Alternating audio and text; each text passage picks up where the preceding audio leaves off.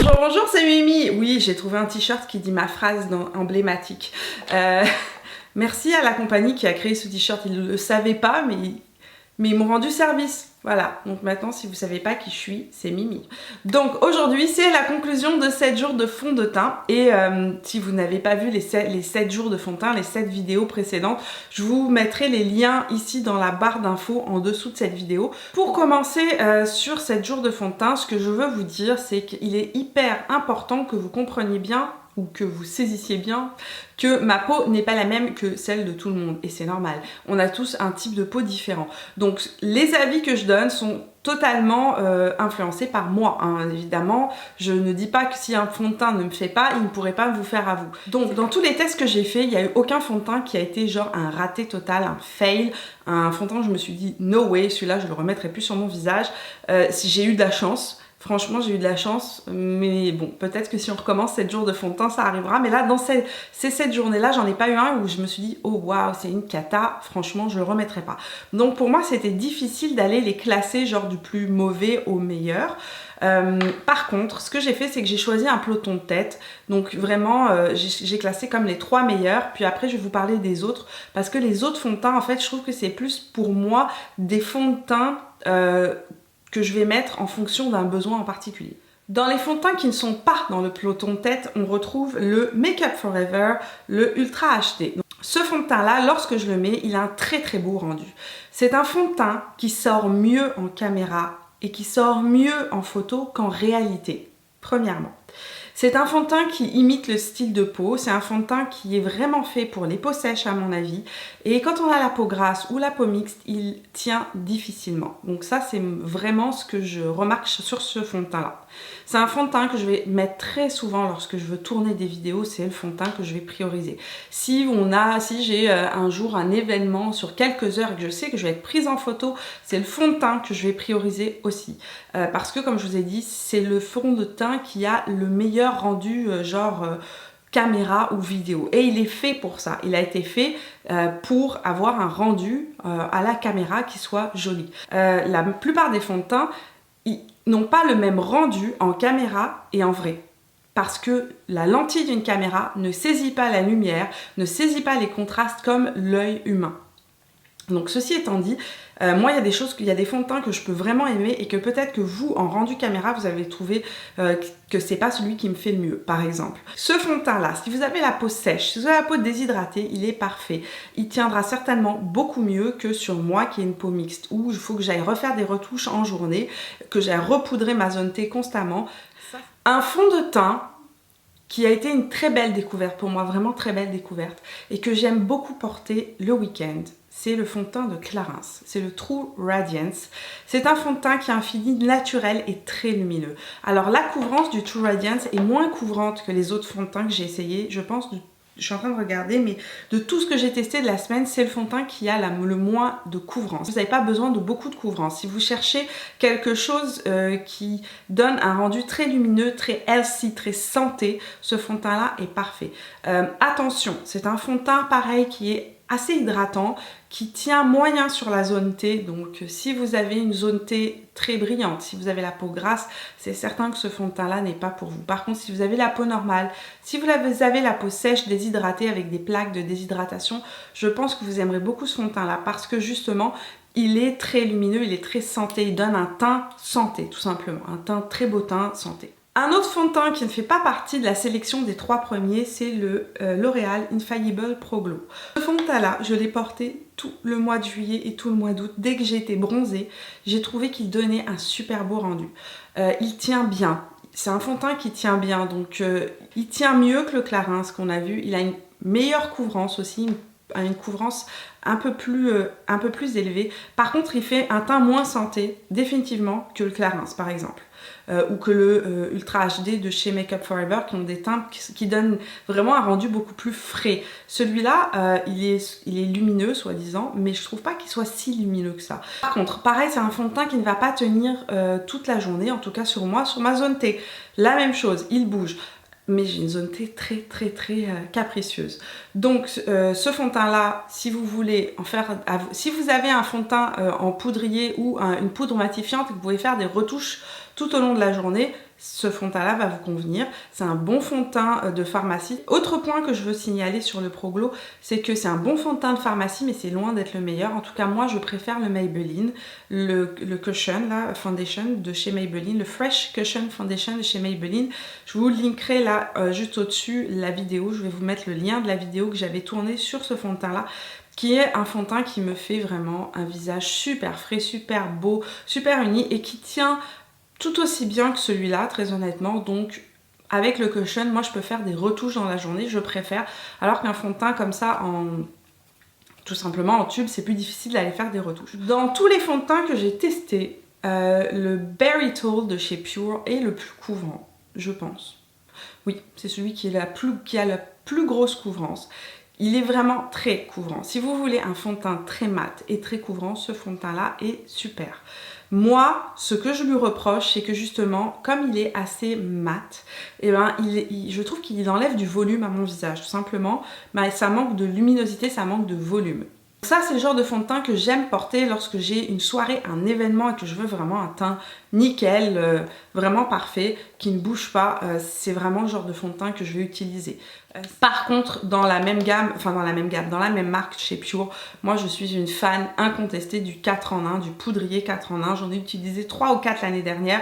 Cette année, je pense que j'en suis à mon deuxième. J'en ai toujours un dans mon sac. On arrive dans le peloton de tête. Ok, alors, en numéro 3, le fond de teint que j'ai préféré, c'est le Pro Longwear de chez MAC. Il y a une version Pro Longwear qui est mat. Celui-ci, c'est vraiment le Nourishing, donc il a un aspect beaucoup plus naturel que le mat. Il est plus hydratant. Ce fond de teint là n'est définitivement pas fait pour les peaux grasses. Si vous avez la peau grasse, oubliez-le, c'est vraiment pas fait pour vous. Par contre, si vous avez la peau normale, la peau mixte, il tient très bien. C'est un très bon fond de teint longue tenue. Et ce que j'aime justement, c'est qu'il garde une peau qui est un résultat de peau qui reste très naturel, très santé aussi et très joli sur la journée. C'est un fond de teint, à chaque fois que je le mets, j'ai des commentaires positifs. Les gens me disent que j'ai un joli teint. Donc pour moi, c'est vraiment un fond de teint, une valeur sûre. Voilà. Par contre, comme je vous dis, si vous avez la peau grasse, si les fonds de teint ne tiennent pas sur votre peau, ce fond de teint là n'est pas fait pour vous non plus. Roulement de tambour pour le numéro 2. Très honnêtement, le numéro 2 a failli être numéro 1 jusqu'au mois d'août. Au mois d'août, il est passé numéro 2. C'est le Power Fabric de Giorgio Armani. Ce fond de teint là est vraiment un fond de teint magnifique. Le Power Fabric, c'est vraiment un fond de teint qui est longue tenue, qui tient très bien. C'est un fond de teint qui me donne un très beau résultat sur du long terme, c'est-à-dire que je garde un teint qui est joli, qui est frais tout au long de la journée jusqu'au soir. Autre chose que j'aime particulièrement, il est léger. Il est léger, il est assez liquide et quand on le met sur la peau, on ne le sent pas. Il est vraiment léger. C'est quelque chose que j'adore chez ce fond de teint là, c'est qu'on ne le sent pas. Et enfin, une autre chose que je trouve assez extraordinaire, c'est que quand je le mets à la fin de la journée, ma peau est plus belle que le matin. Je vous promets, à chaque fois que j'ai mis ce fond de teint là, je sais pas, est-ce qu'il y a un soin dedans, est-ce qu'il y a quelque chose, mais lorsque je le mets, généralement, les fonds de teint, au fur et à mesure de la journée, la peau elle est moins belle, elle est moins fraîche. Là, c'est l'inverse. À la fin de la journée, mon teint est beaucoup plus frais que le matin et je ne sais pas comment expliquer ça. Alors je ne sais pas si ça vous fait ça à vous aussi. Si vous l'avez, vous me direz ce que vous en pensez. C'est un fond de teint qui ne marque pas les ridules, qui ne marque pas la texture de peau. C'est un fond de teint qui donne un aspect très velouté. C'est un fond de teint mat, mais c'est un fond de teint mat comme on dit lumineux. Donc c'est une nouvelle tendance de fond de teint mat. Donc c'est un fond de teint mat qui n'écrase pas le teint. Bon, maintenant il est numéro 2 parce qu'il y a aussi le prix qui joue là-dedans et qu'il est super cher. Et que ça, franchement, c'est un bémol pour moi. Il est vraiment très cher. Et pour avoir un rendu similaire à moins cher, je vous le montre tout de suite. Le numéro 1. Pour moi, depuis que je l'ai, c'est devenu comme une obsession ce fond de teint là. C'est le Too Faced Peach Perfect. Le plus du Too Faced, c'est qu'il est non transfert. Mais quand je vous dis il est non transfert, vous pouvez toucher votre visage, c'est celui que je porte aujourd'hui. Il n'y a rien. Il n'y a rien sur mes mains, il n'y a rien sur mes vêtements et il tient. Mais c'est la première fois que j'ai un fond de teint comme ça. Mais vraiment, c'est la première fois. Oh, je t'aime, toi, baby, Peach Perfect. Tu es vraiment perfect. C'est vraiment le terme. Il tient, mais comme jamais. C'est un fond de teint, si vous avez si vous n'avez pas de problème avec les tenues de fond de teint en général, que le fond de teint reste toute la journée, c'est pas, je vous dirais, pour vous, ce n'est pas un argument et ce n'est peut-être pas la chose que vous allez rechercher. Mais moi, je veux que le matin, je me maquille, que le soir, lorsque j'arrive, j'ai pas à faire des retouches toute la journée. Ce fond de teint-là ne bouge pas. Il est non transfert et en fait, il donne vraiment un rendu de peau de pêche. C'est-à-dire que la peau est veloutée, mate, veloutée. Et il n'est pas plat non plus. Il laisse la lumière sortir ou il accroche la lumière et il laisse du volume à la peau. Ce fond de teint-là pour moi, est un bijou. C'est le meilleur fond de teint que j'ai testé depuis des années et il est beaucoup moins cher que le Armani.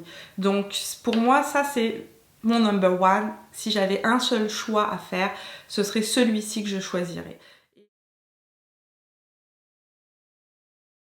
Pour conclure ce classement, ce que je peux vous dire, c'est qu'un fond de teint, ça s'essaye. Et c'est hyper important. Là, je vais vous donner juste des petits conseils parce que vous avez été nombreuses à m'écrire pendant cette semaine-là, à me dire quel fond de teint tu me conseilles. Je veux vous conseiller, mais je ne peux pas vous conseiller parce que je ne vous connais pas, parce que je ne connais pas l'état de votre peau. Et même si vous m'envoyez des photos, je ne suis pas avec vous, je ne peux pas le savoir. Moi, les fonds de teint, je les teste, je les essaye. Et sur mes clientes, sur les gens qui viennent me voir en rendez-vous privé, parce qu'il y en a, parce qu'à Québec, je fais ça, je fais de l'accompagnement shopping, etc. Les gens, je les prends chez moi, d'abord, dans ma beauty room, et on essaye. Et on voit ce que ça donne. On voit les textures qui conviennent moins, comment ça va, comment ça réagit.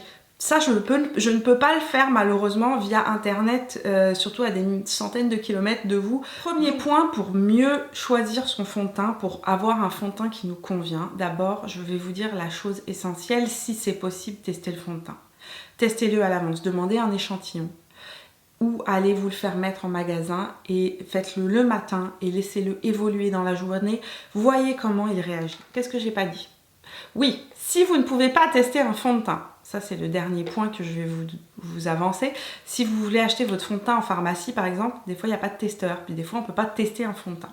Quoique, ici au Québec en pharmacie, vous pouvez demander aux cosméticiennes de vous faire un échantillon quand il y a des testeurs. Ils vous font des échantillons, pareil que chez Sephora. Donc Sephora fait des échantillons, ils peuvent vous donner des échantillons. MAC peuvent vous faire des échantillons. Vous pouvez demander, ils ont des petits pots transparents, ils mettent le produit dedans, vous l'emportez chez vous, vous le testez sur plusieurs jours. Pareil. Donc demandez des échantillons.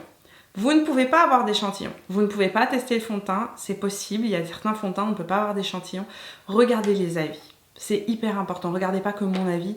Allez voir les autres vidéos. Allez voir d'autres avis, d'autres tests. Allez sur des sites comme Beauty Test. Beauty Test, c'est des avis de consommateurs. Donc vous allez avoir l'avis de plusieurs personnes avec des types de peau différents, avec des âges différents, parce que effectivement à 20 ans on met pas la même chose qu'à 50 ans, c'est certain, on n'a pas la même peau, notre peau évolue. Donc il faut vraiment tester les fonds de teint, c'est important, et il faut vraiment aller lire les avis. Autre possibilité, autre chose que j'aime beaucoup faire, moi je lis les avis sur le site de Sephora US et Sephora Canada.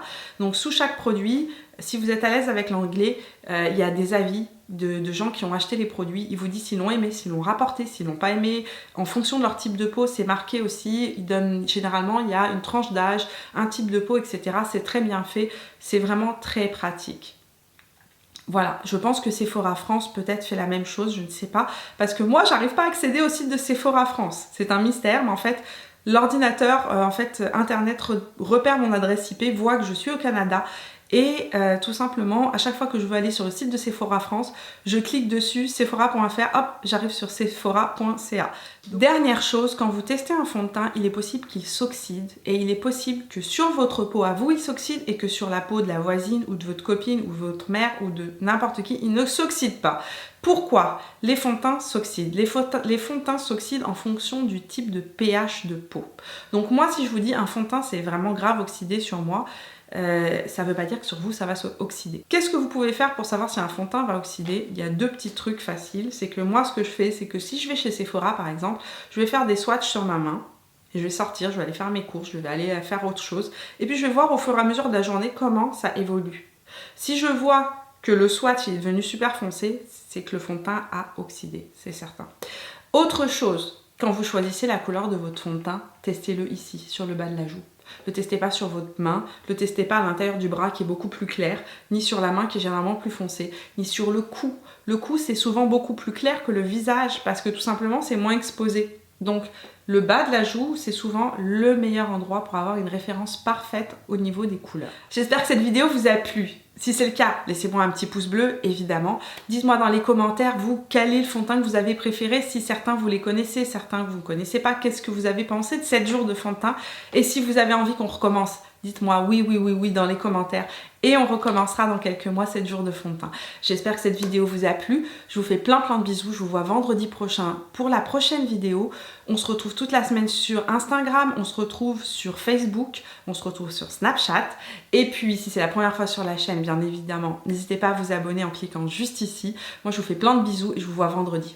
Ciao!